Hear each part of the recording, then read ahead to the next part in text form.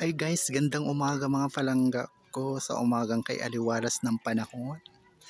Pero medyo makulimlim doon sa part ng probinsya ng Northern Samar sa Katarman. Ayan po guys, kumusta po tayong lahat? Ako ay nandito na sa Kabihasnan at ayan po, nandito na tayo sa tabing dagat na naman ngayon. Kay ganda lang pagmasda ng karagatan, kay linaw.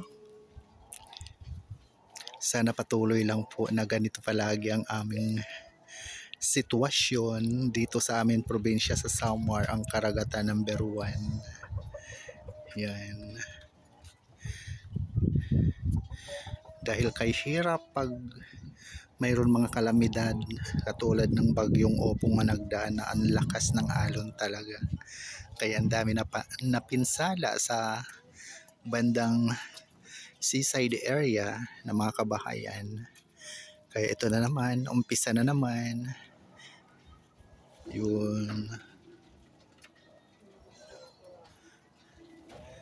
Yan.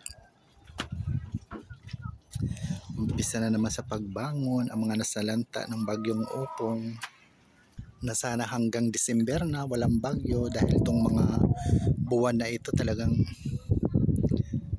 ito na yung panahon na talagang palaging mayroon tayo bagyo dito sa ating probinsya sa Samar, at hindi lang dito sa iba-iba pang lugar ng ating bansa sa Pilipinas. Kaya magdasal lang po tayo palagi na naway maging okay lang po palagi tayo sa bawat kanya-kanya nating kinaroroonang lugar, at huwag kakalimutan ng magdasal.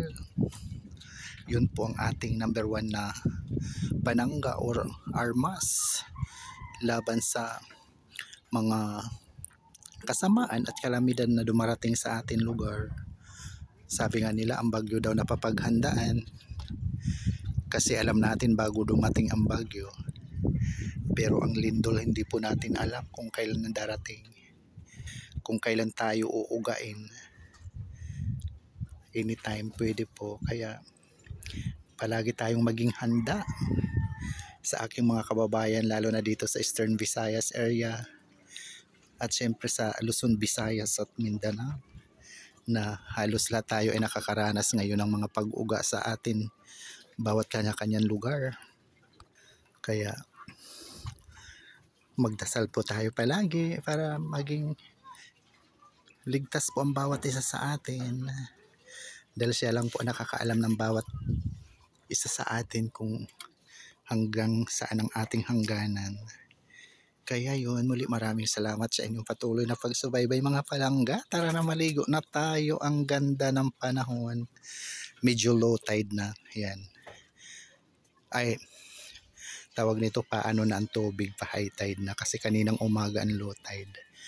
So yun, muli maraming salamat. Thank you so much for watching, sharing, follow, and like sa aking mumunting tahanan sa Ramil Javier Ella Vlog.